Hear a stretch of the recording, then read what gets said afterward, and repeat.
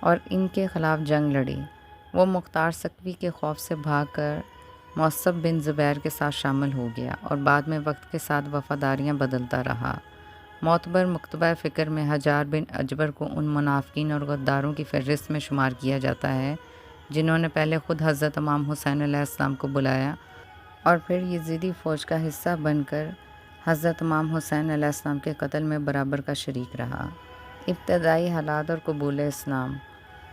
حجار بن اجبر کا والد اجبر عصائی تھا۔ ایک روایت کے مطابق حجار نے اپنے والد سے کہا کہ وہ مسلمانوں کو دیکھ کر ان کے مذہب میں شامل ہونا چاہتا ہے۔ اس پر اس کے والد نے اسے خلیفہ دوم عمر بن خطاب کے پاس لے گیا۔ اس موقع پر حجار نے کلمہ پڑھ کر اسلام قبول کر لیا جبکہ اس کے والد نے عصائی رہنے کو ترجیح دی۔ اور جب حضرت امام حسین علیہ السلام کی کوفہ روانگی سے قبل حجار بن اجبر ان لوگوں میں شامل ہوا جنہوں نے حضرت امام حسین علیہ السلام کو کوفہ آنے کی دعوت دی۔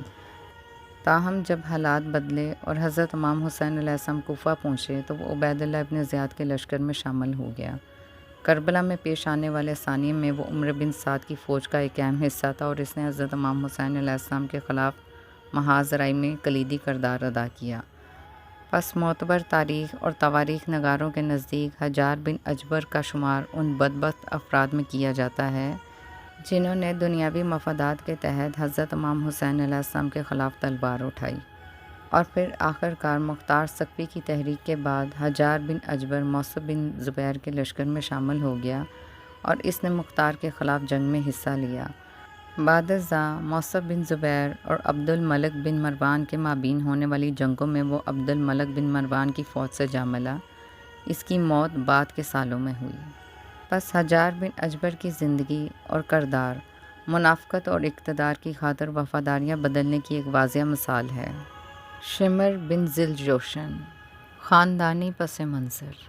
موجودہ دور میں شمر ذی الجوشن ملعون کے خاندانی پس منظر کے متعلق اس بات کا تذکرہ بڑا عام ہے کہ اس کا تعلق جناب شہزادی حضرت ام البنین سلام اللہ علیہ کے خاندان سے تھا، اور اس بات کی بنیاد اس امان نامے کو بنایا گیا جو جناب حضرت عباس سلامدار علیہ السلام اور ان کے بھائیوں کے لیے شمر ذی الجوشن نے کربلا میں عاشوراء کے دن عبید اللہ ابن زیاد سے لیا تھا، اور اس بات کا تذکرہ کیا جا چکا ہے۔